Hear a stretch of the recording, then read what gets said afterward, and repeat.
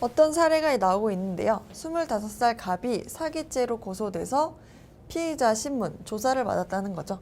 검찰 이후 구속영장이 나와서 구속이 됐고 5일로 석방돼서 불기속 상태에서 공소가 제기됐대요. 1심에서는 징역형을 받았는데 항소해서 고등법원에서는 A라는 판결을 선고했고 그 판결은 최종 확정이 됐대요. 구속이 됐다가 풀려나고 재판을 받아서 확정이 됐다. 여기까지 이제 보면 되죠. 옳은 걸 골라보면요. 1번, 갑은 실질심사를 통해 석방되었을 것이다. 실질심사라는 건 가장 최초에 갑을 구속할지 말지를 결정하는 심사예요. 그럼 실질심사에서 석방이 된다면 갑은 구속되는 날이 없는 거죠. 근데 일단 구속이 됐다는 건 실질심사에서는 구속하는 결정을 했다는 뜻이에요. 그래서 실질심사를 통해 석방된 건 아닌 거죠. 2번, A가 벌금형이면 보상을 청구할 수 없다. 맞죠? 벌금을 했다는 건 어쨌든 죄가 있다고 인정을 한 거죠. 국가는 죄가 있다고 인정한 사람에게 대해서는 형사보상을 해주지 않아요. 무죄인 사람, 그리고 구속돼 있었던 사람에 대해서만 형사보상을 해줘요. 그 다음 3번, 갑의 1심은 지방법원 단독판사가 담당했다. 고등법원이라는 게 힌트죠. 고등법원이 항소심이 되려면 1심은 지방법원 합의부가 되죠. 1심 지합이 2심 고법이 되고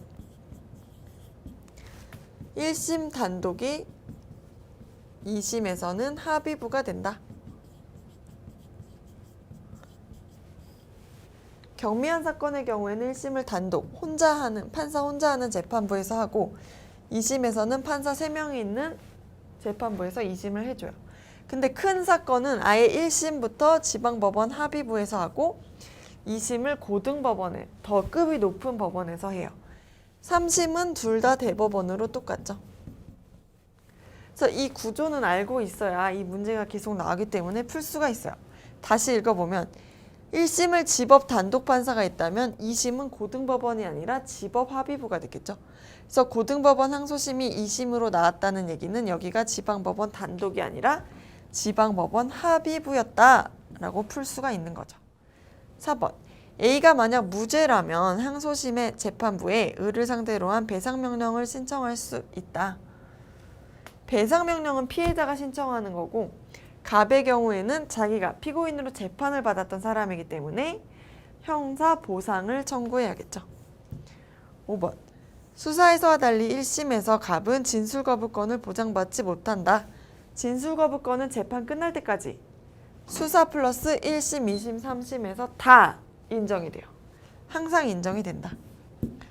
그래서 옳은 걸 고르면 정답은 2번이 되겠습니다.